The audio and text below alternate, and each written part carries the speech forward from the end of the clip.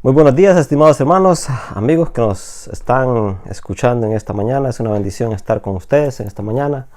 Y ya que hay algunos que me pidieron de que continuara con el libro de los Hebreos, esta mañana vamos a continuar, ¿verdad?, hablando o estudiando el libro de los Hebreos.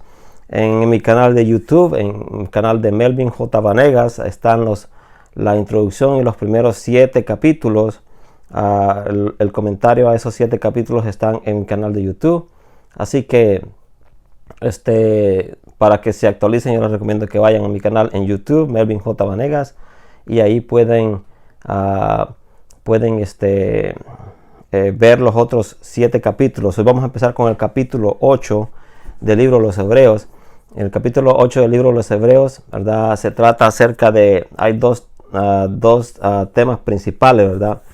Bueno, hay 3 temas que el autor de los Hebreos toca, y que es el tema concerniente al nuevo pacto, al santuario y al sacrificio y a los sacrificios que se ofrecían en el santuario.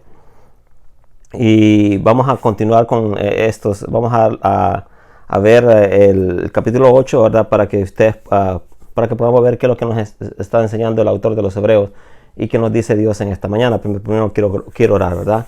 Señor, te damos gracias, Padre, por esta oportunidad nuevamente, Señor, que nos das de estar aquí para compartir tu palabra en esta hora. En el nombre de Jesús queremos pedirte humildemente que seas tú, Señor mío, ayudándonos y dándonos el entendimiento necesario para que podamos comprender tu escritura, y que tu Espíritu Santo, Señor mío, nos ayude a entenderla, Señor, y aplicarla en nuestros corazones, nuestra mente, y ponerla por práctica, Padre. En el nombre de Jesús nos ponemos delante de ti y queremos aprender de ti en esta hora. En el nombre de Jesucristo te lo pedimos. Amén. Entonces el capítulo 8 comienza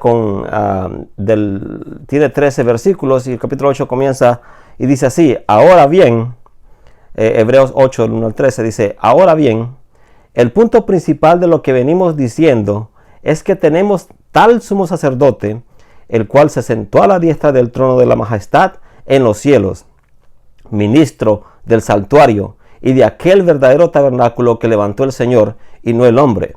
Porque todo sumo sacerdote está constituido para presentar ofrendas y sacrificios, por lo cual es necesario que también éste tenga algo que ofrecer. Así que, si estuviese sobre la tierra, ni siquiera sería sacerdote, habiendo aún sacerdotes que presentan las ofrendas según la ley, las cuales sirven a lo que es figura y sombra de las cosas celestiales, como se le advirtió a Moisés cuando iba a erigir el tabernáculo, diciéndole: mira, haz todas las cosas conforme al modelo que se te ha mostrado en el monte. Pero ahora, tanto mejor ministro es el suyo, cuanto es mediador de un mejor pacto, establecido sobre mejores promesas. Porque si aquel primer pacto hubiera sido sin defecto, ciertamente no se hubiera procurado el lugar para el segundo. Porque reprendiéndolos dice: he aquí vienen días, dice el Señor, en que estableceré con la casa de Israel y la casa de Judá un nuevo pacto, no como el pacto que hice con sus padres el día que los tomé de la mano para sacarlos de la tierra de Egipto, porque ellos no permanecieron en mi pacto, y yo me desentendí de ellos, dice el Señor. Por lo cual, este es el pacto que haré con la casa de Israel. Después de aquellos días, dice el Señor, pondré mis leyes en la mente de ellos, y sobre sus corazones las escribiré, y seré a ellos por Dios, y ellos me serán a mí por pueblo. Y ninguno enseñará a su prójimo, ni ninguno a su hermano, diciendo: conoce al Señor, porque todos me conocerán, desde el menor hasta el mayor de ellos, porque seré propicio a sus injusticias, y nunca más me acordaré de sus pecados y de sus iniquidades. Y al decir nuevo pacto, ha dado por viejo al primero, y lo que se da por viejo y se envejece está próximo a desaparecer. Entonces, el argumento aquí del autor de los Hebreos, recuerden, tienen que tener en mente siempre que estudien el libro de los Hebreos, que esta es una comunidad judía cristiana, una comunidad hebreo cristiana, que quiere volver a sus raíces judaicas, que está pensando en retroceder e ir de nuevo a las tradiciones y ritos de la ley judaica. Está pensando otra vez volver al judaísmo con todos sus ritos y sus leyes. Entonces esta comunidad, porque tal vez está pasando por tribulaciones, tal vez está pasando por diferentes tipos de persecuciones o dificultades, sea lo que sea están pasando, la situación que ellos estaban atravesando era muy difícil, y eso los estaba impulsando a ellos a ir de nuevo, a retroceder al judaísmo, ¿verdad? Porque no querían tener una confrontación con los judíos, ¿verdad? Entonces el autor de los Hebreos le dicen, el argumento principal es, ¿a qué van a volver de nuevo al judaísmo? Y el argumento es de que Jesús es mucho mejor que Moisés y la ley.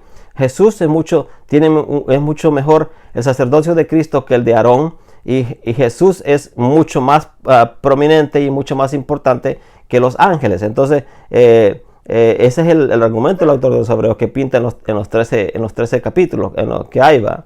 Y el argumento es ese, que Jesús es mucho mejor y que no vale la pena retroceder a algo, ¿verdad?, que ya no tiene uso, o está en desuso, o ya ha sido caducado, o ha sido reemplazado por algo mejor.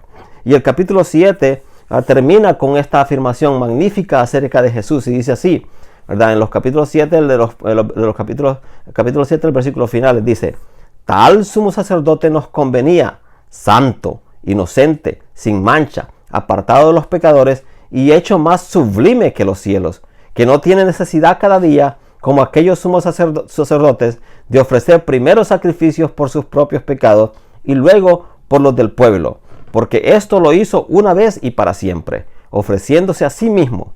La ley constituye sumos sacerdotes a hombres débiles, pero la palabra del juramento posterior a la ley constituye al Hijo, a Jesús, hecho perfecto para siempre. Y concluye de esa forma el capítulo 7, hablando acerca del sacerdocio de Cristo, que es mucho mejor que el de Aarón, porque no tiene necesidad de reemplazarse, no tiene necesidad de ofrecer ofrenda por su propio pecado, y no tiene necesidad de estarse pasando de generación en generación a otra persona, porque Jesucristo vive y vive para siempre, y Él es sumo sacerdote no del orden arónico, sino del orden Melquisedec, que no se sabe ni dónde viene, ¿verdad?, ni dónde salió, pero que vive y permanece para siempre.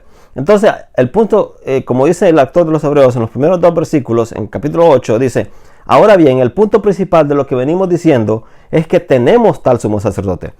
Tenemos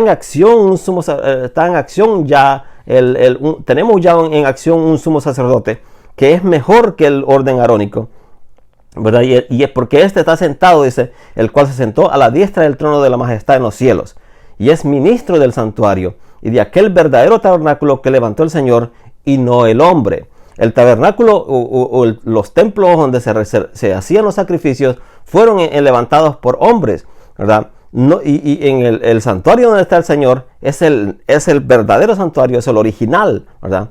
Así establece el autor de los Hebreos la superioridad de Jesús como sumo sacerdote, ¿verdad? El autor de los Hebreos procede ahora a relacionar el sumo sacerdote de Cristo con los temas del pacto, el santuario y el sacrificio en el capítulo 8 de los Hebreos, ¿verdad? Y estas cosas, el pacto, el sacerdocio, ¿verdad?, y el santuario, están ligados al sacerdocio, ¿verdad? Y ahora él está dándole a entender que estas funciones han sido ahora otorgadas a Cristo Jesús, ¿verdad? El antiguo pacto, y así como el sacerdocio arónico da lugar a sacerdocio según el orden Melquisedec, el antiguo pacto da lugar a uno nuevo, ¿verdad? El santuario terrenal da lugar al santuario celestial, ¿verdad? Y los sacrificios, que no eran sino señales temporarias, dan ahora lugar al efecto y validez de lo que es el sacrificio eterno de Jesucristo ofrecido, ¿verdad?, una sola vez y para siempre, es el autor del Hebreo. Ya no hay necesidad de ofrecerse más sacrificios, porque Jesucristo se ofreció él mismo como sacrificio, y Dios fue satisfecho por ese sacrificio, ¿verdad? El problema con los sacrificios que eran hechos año con año con respecto al pecado, ¿verdad? Una vez entraba el sumo sacerdote al lugar santísimo a ofrecer la ofrenda por el pecado del pueblo, y luego, primero ofrecía una ofrenda por sí mismo, por sus propios pecados, y luego la ofrenda por el pueblo. Ya no hay necesidad, porque se hacía así porque Dios no estaba satisfecho Dios no estaba satisfecho con el modo de de aplacar su ira, ¿verdad? Porque eso era temporal. Un sacrificio, el sacrificio que se hacía era temporal. Pero Jesucristo se ofreció a sí mismo y Dios quedó satisfecho con ese sacrificio, ¿verdad? Por lo tanto, ya no hay necesidad de hacer otro, ¿verdad? Y eso es lo que el autor de los Hebreos está dando a entender aquí. Y para coronar el argumento, él dice que el gran sumo sacerdote que tienen los cristianos es uno que está entronizado a la diestra de Dios. Nosotros que tenemos a Jesucristo como sumo sacerdote, está entronizado a la diestra de Dios y ejecuta su ministerio no en un altar terrenal como lo hacían los levitas, los de la tribu de Leví, o lo de la descendencia de Aarón, sino en el altar que está en los cielos, el original, ¿verdad? Ahí Él está, ¿verdad?, ministrando, intercediendo por nosotros a la diestra de Dios, no ofreciendo más sacrificios, porque Él ya se ofreció una vez y para siempre. Pero el oficio de sacerdote no tiene solamente la función de ofrecer ofrendas, sino también de interceder a favor del pueblo, ¿verdad?, delante de Dios. Entonces, en contraste con todos los santuarios materiales, ¿verdad?, en el que está ministrando Jesús, es llamado el verdadero tabernáculo, ¿verdad? Es lo que dice ahí, ¿verdad? Dice que Jesucristo se sentó a la diestra de la majestad del trono, ¿verdad?, en los cielos, y ahora es ministro del santuario y de aquel verdadero tabernáculo que levantó el Señor y no el hombre.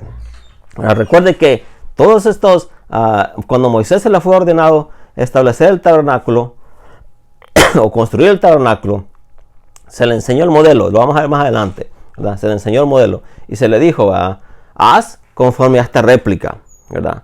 El santuario original no está en Israel. El santuario original no estaba en Israel, no estaba entre los hebreos. Es solamente solo una copia y era algo temporal. El santuario original está en los cielos, donde Jesucristo es ministro, dice ahí, ministro del santuario. Y de aquel verdadero tabernáculo levantó al Señor y no el hombre. Nosotros tenemos a Jesucristo sentado en el verdadero tabernáculo, y él es el verdadero ministro que intercede por nosotros. Él es nuestro sacerdote, nuestro sumo sacerdote que intercede por nosotros delante de Dios. Y está Él mismo ahí sentado a la diestra de Dios. No tiene que estar saliendo y entrando como lo hacían los sacerdotes arónicos, ni cambiando de descendencia, ni cambiando de persona, sino que Él mismo está ahí a toda hora, todo el tiempo. Recuerde que en la eternidad no existe el tiempo, así que Él está ahí perpetuamente, ¿verdad?, intercediendo por nosotros. Qué bendición esa de constar con un sumo sacerdote que está ahí todo el tiempo intercediendo por nosotros, ¿verdad?, y velando por nosotros, ¿verdad?, y tomando en cuenta nuestras peticiones, y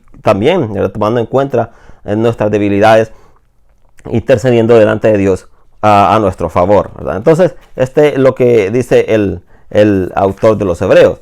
Dice, y el versículo 3 dice, porque tal sumo sacerdote, ¿verdad?, porque todo sumo sacerdote está constituido para presentar ofrendas y sacrificios, por lo cual es necesario que también tenga algo que ofrecer. Pero si Jesús ministra como sumo sacerdote, ¿verdad?, en el santuario auténtico, en el santuario original, ¿cuál es la naturaleza de su ministerio? Como dice aquí, que Él es ministro del santuario. Un sumo sacerdote, como ya hemos dicho, y como ya ha dicho el autor en el capítulo 5:1, lo dice él, ¿verdad? Todo su sacerdote se constituye, ¿verdad?, para presentar ofrendas y sacrificios por los pecados y también para interceder a favor del pueblo. Por lo tanto, este sumo sacerdote también debe tener algo que ofrecer, porque obviamente, ¿verdad?, el sumo sacerdote no era perfecto y cometía pecados, cometía errores y tenía que presentar una ofrenda por él mismo primero. Estamos hablando de la ofrenda de la expiación. Él tenía que presentar una ofrenda primero por sí mismo, por sus propios pecados, y luego presentar la ofrenda para el pueblo, ¿verdad? Pero con Jesucristo no pasa esto. Jesucristo no tiene que ofrecer ninguna ofrenda por el pecado de Él, porque Él es perfecto, ¿verdad? Entonces, y de esa forma se constituye un ministro perfecto en el santuario perfecto, ¿verdad? Todo encaja en su lugar, ¿verdad? Los sacerdotes arónicos eran personas imperfectas. Por eso el tabernáculo y todo lo que tenía que ver con el sacrificio era algo temporal, porque era algo imperfecto. Pero que Jesucristo ahora está ubicado en su puesto correcto como ministro del santuario, está ubicado en el puesto correcto porque Él es la ofrenda perfecta. Él es el sumo sacerdote perfecto que nos convenía, y Él está ubicado en el lugar perfecto, que es el original, ¿verdad? Todo lo que aquí en este mundo existía o existió era una copia, ¿verdad? Y todo lo que el hombre pueda levantar en este mundo es una copia. El original está en los cielos, donde Jesucristo es ministro, ¿verdad? Qué bendición esa. Nos llena de gozo saber que Jesús está ahí, ¿verdad? Está ahí intercediendo a nuestro favor, ¿verdad? Porque Él es perfecto. Ahí Él le conviene estar, ¿verdad? Entonces, Jesús ofreció una ofrenda perfecta, ¿verdad? Por eso es mucho mejor el ministerio que Él ejerce que el de Aarón, ¿verdad? Es mucho mejor el ministerio que Jesucristo ofrece que el ministerio de Aarón, ¿verdad? Porque Él ofreció una ofrenda perfecta. ¿Cuál fue esa ofrenda perfecta? Su propia vida, ¿verdad? Él ofreció, ¿verdad?, a nuestro favor. Y entonces los demás sacerdotes ofrecían ovejas, ¿verdad? Ovejas o cabritos. No ofrecían, era la oveja y el cabrito tenía que ser sin defecto, decía, ¿va? Sin mancha, pero siempre tenía, ¿va? Y además eran animales, ¿verdad? Pero Jesucristo se ofreció a sí mismo, ¿va?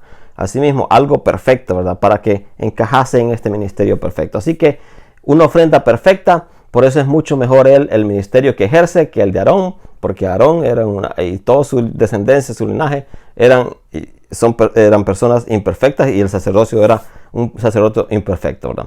Entonces hay otros puntos también de contraste entre el orden antiguo de la adoración y el nuevo que tienen que ser aclarados, ¿verdad?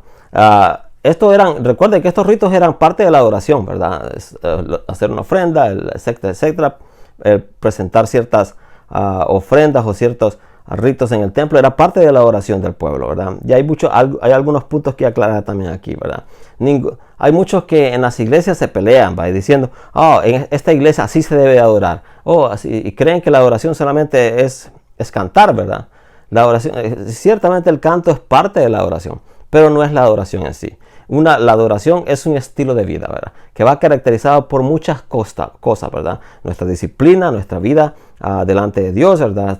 Obviamente cantos, ¿verdad? También el estudio de la palabra. Muchas cosas encajan en lo que es adoración, ¿verdad? Pero cantar no es adorar. Es parte de la adoración, pero no es adorar en sí, ¿verdad? Solamente es un medio, no es el propósito en sí. Entonces, y hay que tener bien claro, porque muchos dicen, que esta es la forma correcta de orar, que esta iglesia sí adoran bien, en esta iglesia adoran, no, que se debe adorar solamente con piano, no, que solamente con guitarra, no, que solamente se debe orar con marimba, no, que hermanos, eso usted ni sabe, hermano, si usted tiene autoridad para decir eso, solamente si ha estado en el cielo y ha visto cómo se adora en el cielo. ¿Cuántos de nosotros hemos estado en el cielo y hemos visto cómo se adora en el cielo? Entonces, hermano, si usted no ha estado en el cielo y no ha visto cómo se adora en el cielo, usted no puede decir que esta es la verdadera adoración. Obviamente hay muchas cosas que encajan, ¿verdad? Que encajan en este propósito de Dios, ¿verdad? Nos ha ayudado a poder, en verdad, adorarle de la forma en que nosotros, ¿verdad? Podamos manifestar al mundo, ¿verdad? Que Él es nuestro Dios. Y una de las cosas es el canto, ¿verdad? Hay muchos que dicen que esta música cristiana es mundana, que esta música... Hermano, usted no se le ha dado a la autoridad para poder decir eso. Si a usted no le gusta como el otro hermano adore, no se preocupe, no es su problema. Usted adora como el Señor le ponga en su corazón. Usted sienta, ¿verdad? O cante como el Señor le pone en su corazón, y deje de estar criticando a los demás. Que al cabo, la adoración que Dios recibe es la adoración personal, ¿verdad? Y el Señor se manifiesta en cada quien de diferente forma. Así que, pero estas cuestiones acerca de los sacrificios, ¿verdad? Y de la forma de adorar en el templo, ¿verdad? Esto quedó, en pocas palabras, ¿verdad? En caducación, ¿verdad? Porque ahora ha sido reemplazado por un ministerio mejor, un ministerio sacerdotal mejor, que es el de Jesucristo, ¿verdad? El tiempo, ¿verdad? Que por ejemplo, cuando dice ahí la palabra, ¿verdad? Que el tiempo y el modo en el verbo que se da para la palabra ofrecer, ¿verdad? Cuando dicen ahí que ofrecen, ¿verdad? Que era necesario que esto tenga algo que ofrecer, ¿verdad? Ofrecer, esta es una forma que excluye una ofrenda que sea continua, ¿verdad? Cuando Jesucristo se ofrece a sí mismo, satisface la voluntad de Dios, satisface la justicia divina, satisface todo lo que tenía que satisfacer de lo que Dios demandaba. Entonces, y se ofrece, se ofreció, ¿verdad? Así como los sumos sacerdotes ofrecían ofrendas por su pecado. Obviamente Jesucristo no ofreció ninguna ofrenda por su pecado, pero se presentó él sí mismo como ofrenda por el pecado del pueblo, ¿verdad? Como ministro sacerdotal, y de esa forma satisfació la justicia de Dios, y ya no hay otro sacrificio que ofrecer, porque Jesucristo satisfació, ¿verdad? La justicia divina al ofrecerse a sí mismo. Así que no hay ninguna más ofrenda que ofrecer. Entonces, así que como dice el versículo 4, así que si estuviese sobre la tierra, ni siquiera se sería sacerdote, dice, habiendo aún sacerdotes que presentan las ofrendas según la ley. Recuerde que Hebreos está escribiendo posiblemente en los años 60. Todavía el templo no había sido destruido. Todavía los sacrificios y el ministerio sacerdotal arónico todavía seguía en función, ¿verdad? Entonces, muy importante, y el autor de los Hebreos está viendo y dice que si Jesucristo hubiese estado en esos momentos, ¿verdad? Ahí todavía, ¿verdad? Posiblemente no se le hubiera dejado ofrecer el oficio de sacerdote, ¿verdad? ¿Por qué? Porque él estaba exclusivamente reservado para la descendencia de Aarón, para los levitas, ¿verdad? Estaba exclusivamente reservado para ellos. Y como Jesucristo no era de la descendencia de Leví, no se le hubiera podido permitir, ¿verdad?, ofrecer sacrificios en el templo, ¿verdad? Por eso, cuando él murió, ¿verdad?, cuando él se ofreció a sí mismo como ofrenda, ¿verdad?, obviamente, este sacrificio arónico, ¿verdad?, y esta descendencia de Aarón quedó cortada, ¿verdad? Ya no es necesaria porque tenemos un mejor y excelente sacerdote, que es Jesucristo. Así dice que él posiblemente, si hubiese estado Jesucristo, no le hubieran permitido servir en el templo, porque el servicio en el templo era temporal y era constituido por personas pecadoras, débiles, ¿verdad? Pero Jesucristo tiene un ministerio mejor, porque por eso es necesario un templo mejor, es necesario un ministerio mejor. Entonces, por eso Jesucristo ahora está en el santuario original ofreciendo, ¿verdad?, no ofrendas por el pecado, pero sí ofreciendo o intercediendo a favor de los suyos. Dice el 5, y esto es muy importante, aquí lo dice él bien claro, los cuales sirven a lo que es figura y sombra de las cosas celestiales, ¿verdad? Como se le advirtió a Moisés cuando iba a erigir el tabernáculo, diciéndole, mira, haz todas las cosas conforme al modelo que se te ha mostrado en el monte. Aquí tenemos la idea esa, ¿verdad?, de que Moisés se le permitió ver el santuario original, ¿verdad? Dios en su gracia, ¿cómo sucedió? Nuestra pregunta, yo no sé, pero parece inducir aquí que el autor de los Hebreos, ¿verdad?, a través de lo que él estudió del Antiguo Testamento y lo que nosotros podemos leer también en el Antiguo Testamento, parece que a Moisés se le permitió ver el santuario original, se le permitió ver y le dijo, haz exactamente conforme a esa réplica. Y Moisés lo hizo. Hizo conforme a la réplica. Obviamente Moisés sabía que eso no era el original que estaba construyendo. Obviamente Moisés sabía que eso era temporal, que no era lo que el Señor iba a demandar, iba a querer permanentemente, ¿verdad?, para su pueblo. Obviamente todo eso, lo que Moisés estaba diciendo, era temporal. Realmente solo una figura temporal de lo que estaba o lo que se le había permitido a Moisés ver. Eso es lo que lo entendía perfectamente él, Dice, haz todas las cosas conforme al modelo que se te ha mostrado en el monte, ¿verdad? El ministerio sumo sacerdotal de Jesucristo, ¿verdad? Asimismo, ¿verdad?, es eterno, ¿verdad? No es algo temporal, ¿verdad? Como lo que le dice aquí, ¿verdad? Dice en el versículo 5, los cuales sirven a lo que es figura y sombra de las cosas celestiales, como se le advirtió a Moisés cuando iba a erigir el tabernáculo, diciéndole, mira, haz todas las cosas conforme al modelo que se te ha mandado. Porque el santuario terrenal desde sus comienzos fue diseñado para ser solamente figura, ¿verdad? No fue diseñado para estar eternamente, ¿verdad?, entre nosotros. Fue solamente una figura temporal, por mientras. Y los sacerdotes levitas, la descendencia de Aarón, fueron solamente para ejercer ese oficio temporal, por mientras venía lo perfecto y lo eterno. Lo perfecto y lo eterno ya llegó, ya vino y está aquí. Jesús está en el tabernáculo original ofreciendo, ¿verdad? Ofreciendo o intercediendo por nosotros, ¿verdad? Él se ofreció una ofrenda perfecta. Ya no se necesita. ¿Por qué no? Ustedes no se han puesto a pensar por qué ya tiene el 2000 años casi, desde el año 70 después de Cristo, ya tiene casi 2000 años el sacerdocio sin función. El sacerdocio arónico sin función. No hay templo. No hay lugar donde se ofrecen las ofrendas de sacrificios de animales. No hay. ¿Por qué? Porque fue cortado. O sea, eso ya caducó. El mismo autor de los Hebreos lo que dice que está a punto, lo que ya está dado por viejo está a punto de desaparecer. Así como todo caduce, aún nosotros mismos nacemos, llegamos a cierta edad y morimos. ¿Por qué? Y viene, ¿verdad? Viene lo nuevo después, ¿verdad? Nosotros aquí esto solamente estamos de paso, ¿verdad? Nosotros no estamos, esto solamente que vemos es ¿verdad? No es ni se compara lo que nos espera, ¿verdad? Y es para allí donde vamos, ¿verdad? Entonces el santuario terrenal desde sus comienzos fue diseñado para ser solo figura y sombra de la realidad celestial, ¿verdad? Y el autor de los Hebreos lo entiende esto. Por eso recuerde que está tratando él está tratando de persuadir a estos hebreos cristianos, ¿verdad? A no retroceder, a no volver otra vez al judaísmo y con sus ritos. Y, ¿verdad? Él está diciendo, ¿por qué? Porque Jesucristo es mejor que Moisés. Porque Jesucristo es mejor que Aarón. Y Jesucristo es mejor que los ángeles. Ese es el argumento, ¿verdad? Principal. Y él los está demostrando, ¿verdad? ¿Cómo, verdad? Él dice que así entiende el autor, ¿verdad? Que lo que se le fue mandado a Moisés, o se le encomendó a Moisés, era algo temporal, era algo que no era para ser eterno, ¿verdad?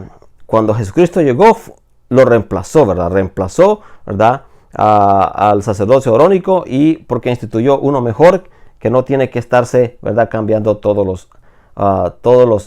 cada año, ¿verdad? Entonces, cuando eso fue en Éxodo 25:40, cuando Dios le dice, ¿verdad? Mira, hazlo conforme al modelo que se te ha mostrado en el monte. Éxodo 25:40. Este modelo también está referido en Éxodo 25:9, 26:30, 27:8. Era algo visible. No consistía solamente de palabras inventadas, ¿verdad? Al instante por el autor o el escritor del Éxodo, ¿verdad? Era algo que a Moisés se le permitió ver. Se le permitió ver el santuario original para que hiciera una copia, ¿verdad? Obviamente, como copia, sabemos que no es perfecto, no es original, ¿verdad? La intención no era que permaneciera para siempre, ¿verdad? Puede haber sido un modelo para el cual las instrucciones sirvieran como comentario, ¿verdad? También, ¿verdad? Puede haber sido el lugar de morada celestial de Dios que le fue permitido ver a Moisés. El tabernáculo tenía la intención de servir como lugar de morada para Dios, ¿verdad? En medio del pueblo, aquí en la tierra, ¿verdad? Obviamente, si podemos decir entonces que el original puede ser, el tabernáculo original es la morada donde Dios está, ¿verdad? Y es la morada donde Dios está. Y podemos ver a Jesucristo ofreciendo su ministerio sacerdotal ahí, ¿verdad? Todo el tiempo, junto, ¿verdad? Al Padre, ¿verdad? Junto al Padre. Entonces, es muy importante esto, ¿verdad? Los sumos sacerdotes de la línea de Aarón ministraron en el santuario terrenal, pero Jesús ahora ejerce su ministerio como sacerdote en el santuario celestial, del cual el terrenal es solamente una réplica. Entonces, el autor de los Hebreos le está diciendo a esta comunidad hebrea: miren, Jesucristo tiene un mejor sacerdocio canónico. Ustedes quieren volver a algo que ya pasó, que ya está casi en estar en desuso. Dice, están cambiando algo perfecto, algo eterno, por algo terrenal, por algo temporal, por algo imperfecto. ¿Vale la pena eso? ¿Verdad? Entonces ese es el argumento del autor de los Hebreos, ¿verdad? Darles a entender a esta comunidad que no vale la pena retroceder al judaísmo con unas prácticas que ya están caducadas y que han sido reemplazadas por algo mejor. Y dice, el versículo 6 dice, pero ahora tanto mejor ministerio es el suyo, es el de Jesús, cuanto es mediador de un mejor pacto establecido sobre mejores promesas. Por lo tanto, Jesús no ministra como sumo sacerdote de su pueblo en una réplica terrenal, ¿verdad? Del lugar de habitación de Dios, sino en el mismo lugar donde Dios habita eternamente. Ahí está Jesucristo, ¿verdad? Intercediendo por nosotros. Tiene un ministerio perfecto, tremendo y eterno, ¿verdad? ¿Verdad? Que está ahí siendo ejecutado o ejercitado, ¿verdad? A nuestro favor, hermano, a nuestro favor. Jesucristo está ahí, ¿verdad? Cumpliendo esa posición. Y es un intermediario, no un mediador, no como Moisés. Moisés pecó varias veces y además por eso no se le permitió a Moisés entrar a la tierra prometida, porque cuando Dios le dijo, háblale a la roca, ¿se acuerdan cuando le dijo que este pueblo tenía sed y que los habían sacado de Egipto para matarlos de sed? Entonces Dios le dijo a Moisés, háblale a la roca que te dé agua, ¿verdad? ¿Y qué hizo Moisés? De enojado, golpeó a la roca, ¿va? Le pegó. ¿Y qué culpa tiene la roca, va? Que había recibido 3 garrotazos de Moisés. ¿Qué culpa tiene la roca? Ninguna. Pero Moisés le pegó 3 garrotazos a la pobre roca, ¿va? La pobre roca le dio agua y le dio agua amarga, ¿va? Para que se le quitara. Pero eso le costó a Moisés, ¿verdad? No entrar a la tierra prometida. Vemos a Moisés, un mediador imperfecto, pero era mediador, ¿verdad? Y vemos ahora a Jesucristo perfecto, ¿verdad? Intercediendo, ¿verdad? Perfectamente y eternamente delante en la misma presencia de Dios por nosotros, ¿verdad? Así que es mucho mejor. Por lo tanto, tiene un mucho mejor ministerio, dice, ¿verdad?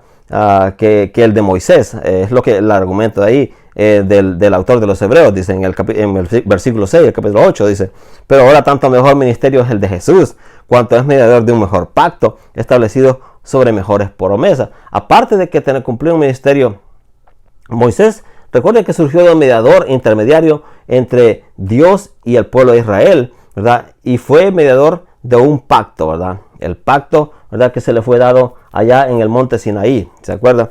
Está en el Éxodo. Se le dio un pacto a Moisés, ¿verdad? Obviamente Moisés entendió que este pacto no iba a ser eterno, ¿verdad? Entendió que ese pacto no iba a ser eterno, era realmente para regular las iniquidades, ¿verdad? Del pueblo de Israel, ¿verdad? Por mientras el nuevo pacto y el nuevo mediador perfecto llegasen. Ese mediador perfecto llegó, ese nuevo pacto ha llegado a través de él, ¿verdad? Jesucristo es el que carga y el que trae a nuestra vida este nuevo pacto, no como el pacto, ¿verdad?, que recibió Moisés, porque el pacto que recibió Moisés era temporal. El pacto que recibe Jesucristo, o que se hace a través de Jesucristo, es eterno. Por eso es mucho mejor, ¿verdad? Dice, lo dice eso, lo dice porque si aquel, dice, este pacto que Jesucristo nos trae, ¿verdad?, que hay en Jesucristo, tiene mejores promesas que el pacto que se le fue dado a Moisés. Tiene muchas mejores promesas. Ya vamos a ver cuáles son las promesas, ¿verdad? Moisés es presentado aquí, ¿va?, también por los escritos de Filón, ¿verdad? Como también por Pablo, ¿verdad? Como la palabra que se utiliza es la palabra mesites, que es un hombre mediador, ¿verdad?, del antiguo pacto. Cristo es el mediador por excelencia, ¿verdad? Intensamente celoso de que el honor de Dios no se contamine. Este mediador ideal, habiendo asegurado el fin supremo, buscará con igual celo, ¿verdad?, el rescate y la regeneración del ofensor, ¿verdad? Tal es el intermediario único que que nuestra fe, ¿verdad?, reconoce en Jesús, ¿verdad? Las mejores promesas sobre las que se establece este pacto, las mejores, ¿verdad?, aparecerán con la cita que va a continuación, con la cita de Jeremías 31, el cual el autor cita aquí y pone en su contexto, ¿verdad?, cuando él habla acerca de el mejor pacto y las mejores promesas, ¿verdad? El Señor no tiene que recordarnos, hermano, nuestro pecado a cada uno. El Señor no tiene que recordarnos nuestro pecado a cada uno, ¿verdad? En este pacto, el Señor se va a olvidar de nuestros pecados y los arrojará, ¿verdad?, hasta el fondo de la mar, ¿verdad? Y todos nuestros pecados serán perdonados, porque en este nuestro nuevo pacto está fundamentado sobre la base de un sacrificio perfecto y sobre la base de un ministerio perfecto ejecutado por Jesús en los cielos a nuestro favor. Qué tremendo, hermano. Es una bendición al Señor contar con este nuevo pacto que el Señor nos ha dado y lo ha hecho en su sangre, ¿verdad? Dice el 7, por si aquel primer pacto hubiera sido sin defecto, ciertamente no se hubiera procurado lugar para uno segundo. Obviamente este pacto que fue elaborado a Moisés era temporal, ¿verdad? Era temporal y era desarrollado por un mediador imperfecto. Pero ahora el segundo pacto es desarrollado por un mediador perfecto, lo cual contiene mejores promesas, ¿verdad? Y mejores promesas con sabor a eternidad, ¿verdad? Y es donde, por cierto, ¿verdad? El pacto del cual Jesús es mediador puede ser inferido como un pacto mejor del simple hecho de que es un pacto nuevo, ¿verdad? Cuando un pacto, ¿verdad? Es superado o mejorado, ¿verdad? Obviamente el pacto viejo queda desechado. Si usted por ejemplo, si usted le presentan con el iPhone 1, es un ejemplo, ¿verdad? Si usted le dan el iPhone 1, le dicen, mira, aquí tengo un iPhone 1 y aquí tengo un iPhone 10, un iPhone X, ¿verdad? ¿Cuál usted escogería? ¿Cuál cree usted que tiene mejores funciones para hoy? ¿Cuál cree usted que le funcionaría más o le sería más útil? ¿El iPhone 1 o el iPhone 10? Obviamente la mayoría, ¿verdad?, va a escoger el iPhone 10 de la última generación, ¿verdad? ¿Por qué? Porque tiene mejores aplicaciones, es más rápido, tiene mejores funciones, puede hacer mucho más cosas que el iPhone 1, ¿verdad? El iPhone 1 simplemente, ¿verdad? Entonces ha pasado a quedar relegado, ¿verdad? Y mucho menos personas son las que las pueden confiar, ¿verdad? Perdón. O comprar también, ¿verdad? Entonces el nuevo pacto por inferencia debe ser mejor, ¿verdad? Porque si no tenía sentido reemplazar un pacto antiguo por otro que no fuera mejor, ¿verdad? Pero en Cristo el pacto es renovado, ¿verdad? Y el pacto es superado, como lo dice Jeremías, ¿verdad? En el capítulo 8, del versículo del 8 en adelante, ¿verdad? Esto son las palabras que Jeremías habla, es una profecía que está en Jeremías, y el autor de los Hebreos los manda, ¿verdad?, a esta gente al Antiguo Testamento, ¿verdad?, a la Escritura, en Jeremías 31, del 31 en adelante, que dice así: porque reprendiéndoles dice, he aquí vienen días, dice el Señor, en que estableceré con la casa de Israel y la casa de Judá un nuevo pacto. Ya lo está declarando aquí en Jeremías 31, que Dios va a traer un nuevo pacto, y por dar por entendido un nuevo quiere decir que el viejo ha estado en desuso, que va a estar en desuso, ¿verdad? No como el pacto que hice con sus padres. Le dice que este nuevo pacto no va a ser como el pacto que fue dado por medio de Moisés al pueblo de Israel, sino que el día que los tomé de la mano para sacarlos de la tierra de Egipto, dice, porque ellos no permanecieron en mi pacto. No que el pacto no era bueno, sino que el pacto no tenía, o sea, la ley mandaba y demandaba del pueblo de Israel que caminara de esa cierta forma, ¿verdad? Pero ¿qué pasaba? El pueblo de Israel no podía caminar de esa forma. Se desviaban. A cada rato vemos al Señor por todo el Antiguo Testamento, ¿verdad? Vemos ahí el tiempo de Josué, el tiempo de Moisés, el tiempo de Josué, el tiempo de los jueces, el tiempo de los reyes. Vemos al pueblo de Israel desviándose siempre, todo el tiempo, ¿verdad? Desviándose de los mandamientos de Dios, desviándose de su caminar con Dios, desviándose. ¿Por qué, hermano? Porque ciertamente el mandamiento es bueno. El mandamiento te dice lo que tienes que hacer, pero no te da el poder para poder hacerlo. Debe ser mejorado. ¿Por qué debe ser mejorado? Por uno nuevo. Por aquel, no que el pacto, el mandamiento no sirve, sino que el mandamiento tiene, ¿verdad?, promesa en sí, ¿verdad?, pero no nos da el poder para poder hacerlo. Entonces en el nuevo pacto, en el pacto renovado, Jesucristo no solamente nos da el mandamiento, sino nos da el poder para poder hacer ese mandamiento a través del Espíritu Santo, que es depositado dentro de nosotros y nos ayuda a poder vivir de la forma en que Dios le agrada, ¿verdad? Nos ayuda de esa forma. Por eso es mejor, ¿verdad? El antiguo pacto te decía lo que tenías que hacer, pero no te daba el poder para hacerlo. El nuevo pacto te dice lo que tienes que hacer y te da el poder para poder hacerlo para la gloria de Dios. Esa es la diferencia, ¿verdad? Por lo cual este es el pacto, dice, que haré con la casa de Israel. Después de aquellos días, dice el Señor, pondré mis leyes en la mente de ellos y sobre su corazón las escribiré y seré a ellos por Dios y ellos me serán a mí por pueblo, y ninguno enseñará a su prójimo ni ninguno enseñará a su hermano diciendo conoce al Señor, porque todos me conocerán, desde el menor hasta el mayor de ellos, porque seré propicio a sus injusticias y nunca más me acordaré de sus pecados y de sus iniquidades, ¿verdad? Al decir nuevo pacto, entonces ha dado por viejo el primero, y lo que se da por viejo y se envejece está próximo a desaparecer, ¿verdad? Así que el autor de los Hebreos les dice miren, esta promesa les fue dada a ustedes, ¿se acuerdan? En Jeremías 31, en 31 en adelante, ¿verdad? está esta promesa: el Señor hará con la casa de Israel un nuevo pacto, ¿verdad? Y le dice que escribirá sus leyes en su mente y en sus corazones. La única forma que se puede hacer eso es a través del Espíritu Santo, porque el Espíritu Santo lleva la ley de Dios y las pone en nuestro corazón y en nuestra mente, y no solamente las pone ahí, ¿verdad?, sino que nos ayuda y nos da poder para poder hacerla. En el antiguo pacto, el pueblo de Israel tenía que escribir cosas, ¿verdad? Hacía correas de cuero y escribía ahí la ley, o hacía tablas de madera y escribía ahí partes de la ley y se las ponía y se las colgaban ellos aquí en su mente, y se enrollaban las cuerdas, y todavía pasa eso. Muchos judíos se enrollan unas cuerdas que se llaman filacterías, se las enrollan, en esas cuerdas está la ley de Jehová, y creen que de esa forma, ¿verdad?, creen que de esa forma el Señor se agrada. No, el Señor no se agrada de la forma externa de practicar la ley. El Señor se agrada de la forma interna de practicar la ley, que se hace a través de Jesucristo. Porque Él es el Espíritu Santo, es el único que pone la ley de Dios dentro de nuestro corazón y dentro de nuestra mente, y también nos da el poder para poder hacer la ley de Jehová, la ley moral, no la ley de los sacrificios, ¿verdad?, ni la ley porque eso ya está en desuso.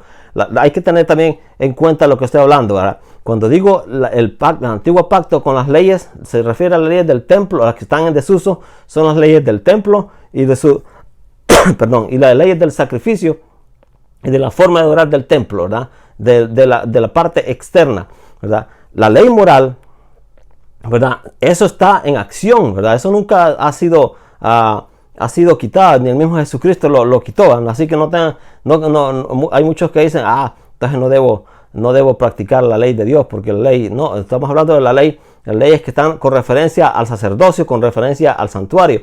Pero la ley moral, ¿verdad?, recuerda que Jesucristo la divide en dos formas, ¿verdad? Ama a tu prójimo con todo tu corazón, y ama a Dios con toda tu mente y con todo tu corazón, ¿verdad? Y ama a tu prójimo como a ti mismo, perdón.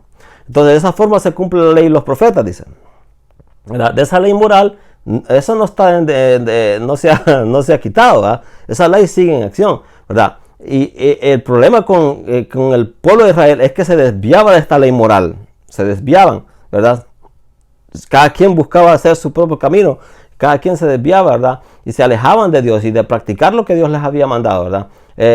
Cuando el nuevo pacto lo que hace es pone estas leyes en nuestras mentes y en nuestros corazones, no solamente las pone ahí, sino también nos da el poder, ¿verdad?, del Espíritu Santo para poder hacerla. Así, por eso dice Pablo: miserable, encuentro esta ley en mí, encuentro esta ley en mí, que el querer hacer el bien, ¿verdad?, está en mí, pero no el hacerlo. No hay poder para hacer el bien en nosotros. Existe la ley moral que nos dice qué es lo correcto y qué es lo que es incorrecto, pero no está el poder en nosotros de poder practicarlo. Pero Jesús, en su nuevo pacto, no solamente nos pone sus leyes en nuestra mente y en nuestro corazón, sino que también nos da el poder para poder vivir de acuerdo a su voluntad. Así que no hay pretexto, dice Pablo: miserable de mí, ¿quién me librará de este cuerpo de muerte? Es la pregunta, y él mismo responde: gracias doy por Jesucristo.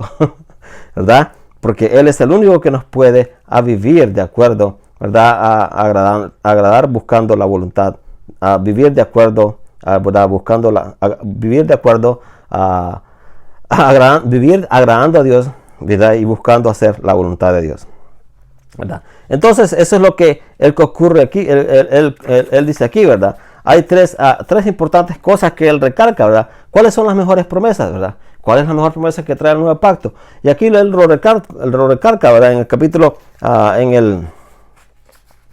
el versículo del versículo 10 en adelante, ¿verdad? Entonces, el nuevo pacto, ¿verdad?, tiene un nuevo carácter, así como ¿verdad? Así como hay en el nuevo pacto en el que Jeremías proclamó, ¿verdad? Hay un ministerio. Recuerda que Jeremías está hablando proféticamente, ¿verdad? Él todavía no lo está viviendo, pero me imagino que cuando Jeremías le fue dada esta palabra, él mismo se gozó, ¿verdad? Y se emocionó, ¿verdad? Así como nosotros nos estamos emocionando, ¿verdad? Hoy, ahorita, al escuchar, ¿verdad?, que de este nuevo pacto, que tiene mejores promesas, ¿verdad? Y tiene mejores beneficios, ¿verdad? Y esta es la promesa que se encuentra ahí.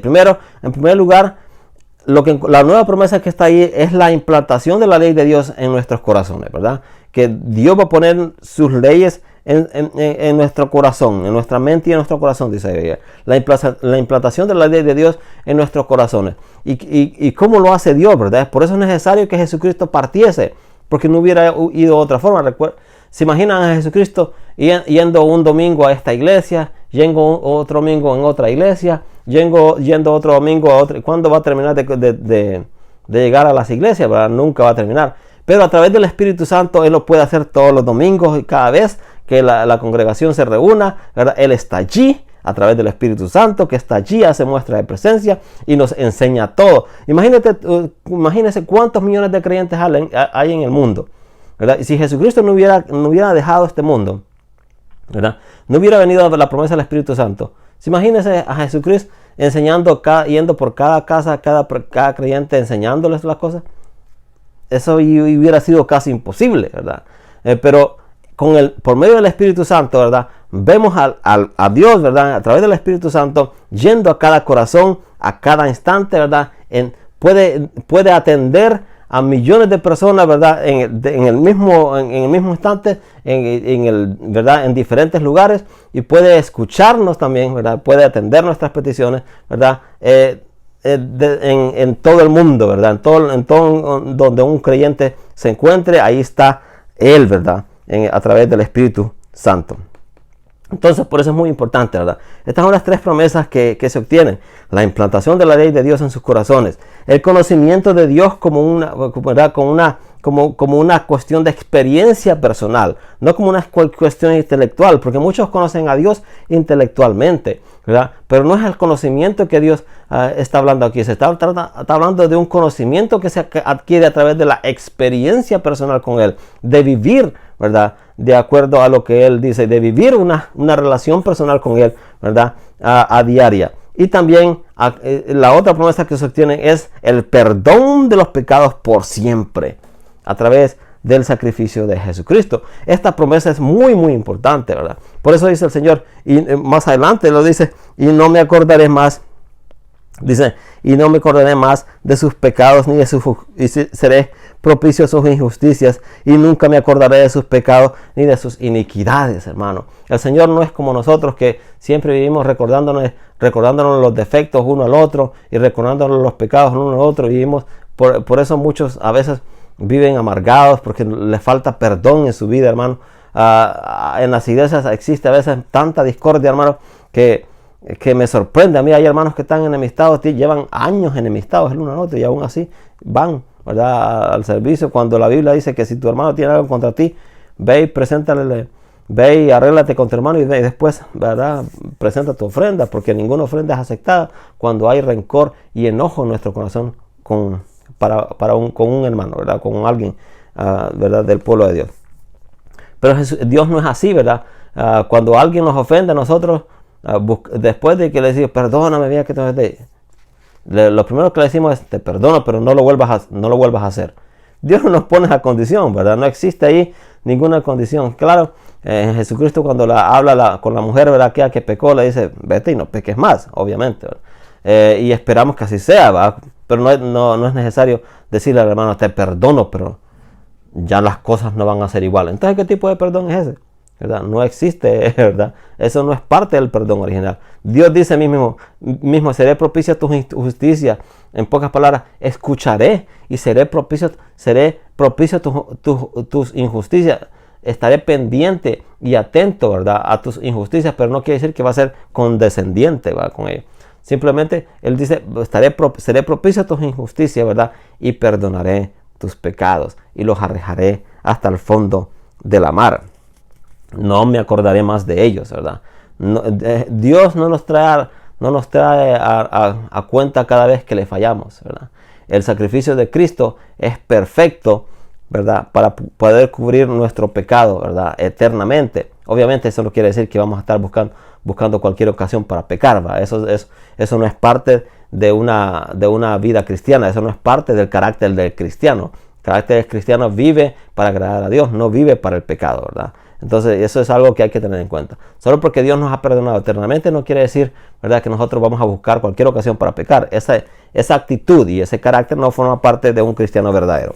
Entonces, ya teniendo en cuenta eso, el autor le dice, ¿verdad? Al decir, dice, nuevo pacto, él lo declara ahí, ¿verdad? Al decir nuevo pacto, ¿verdad? Ha dado por viejo el primero, y lo que se da por viejo y se envejece está próximo a desaparecer. Entonces, hermano, vemos ahí muy importante, ¿verdad? Que nuestros pecados son borrados, ¿verdad? Dios ha puesto sus leyes en nuestra mente, ¿verdad? Y también nos ha dado el privilegio de poder conocerle a través de la experiencia personal con Él, ¿verdad? No una vez al año, o no cada vez que pecamos íbamos a presentarnos iban a presentar sus ofrendas al templo, como sucedía en el templo de Israel. No de vez en cuando, no cuando el sacerdote te perdonara sus pecados, sino que todo el tiempo. Entonces estas tres promesas son parte de un nuevo pacto, son parte del pacto mejorado. Dice, sus leyes son puestas en nuestras mentes, en nuestros corazones. Todos podemos conocer a Dios a través de la experiencia personal con Él.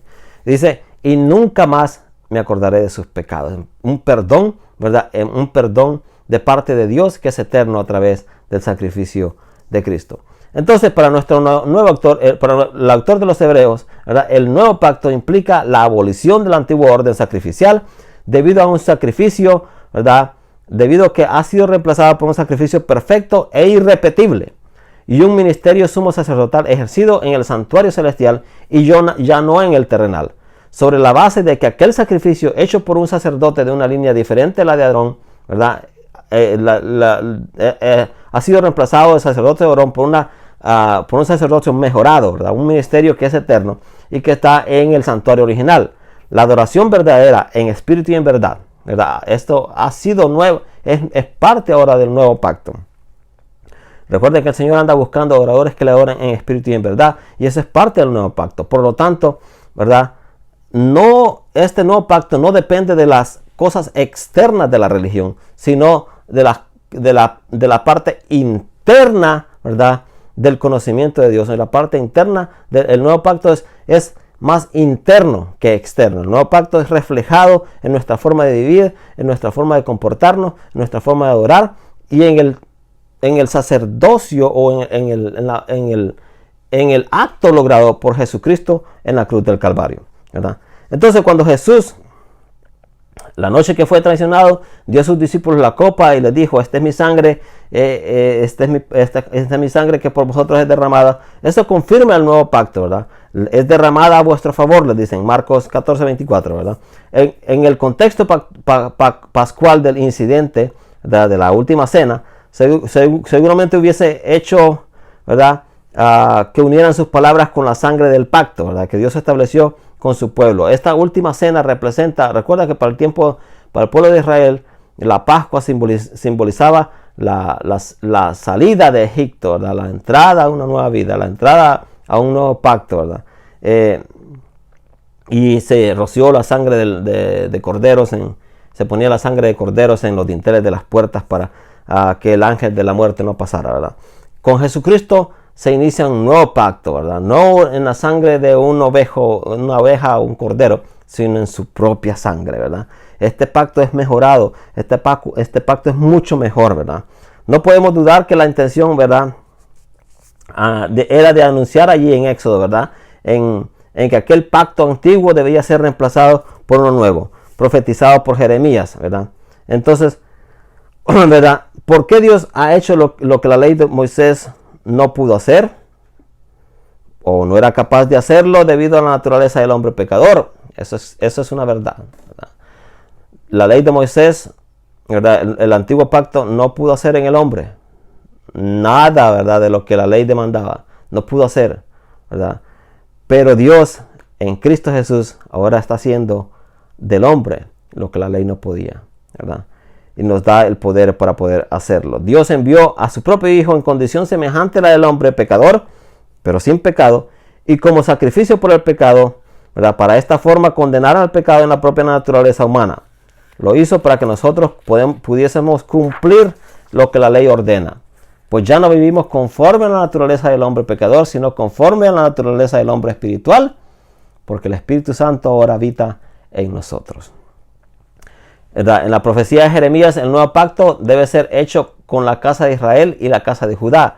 En el nuevo pacto, ¿verdad? El cumplimiento no está confinado a ellas, sino que se extiende a todos los creyentes en todas las naciones alrededor del mundo. En el antiguo pacto solo era destinado para la casa de Israel. En el nuevo pacto todo el mundo está incluido, ¿verdad? Y si el pacto en los días de Moisés es anticuado, el autor de los Hebreos implica más aún también que debe serlo el sacerdocio arónico, el santuario terrenal y los sacrificios levíticos, que fueron todos establecidos bajo aquel pacto antiguo. La era de la ley y los profetas ha pasado, el tiempo del Hijo está aquí y está para quedarse para siempre, ¿verdad? Entonces, los rituales del templo y las unciones sacerdotales están en desuso ya. La necesidad de un sumo sacerdote que no varíe con las circunstancias, ni decaiga en su oficio, y ni caduque con el tiempo, son más importantes, ¿verdad?, que nunca.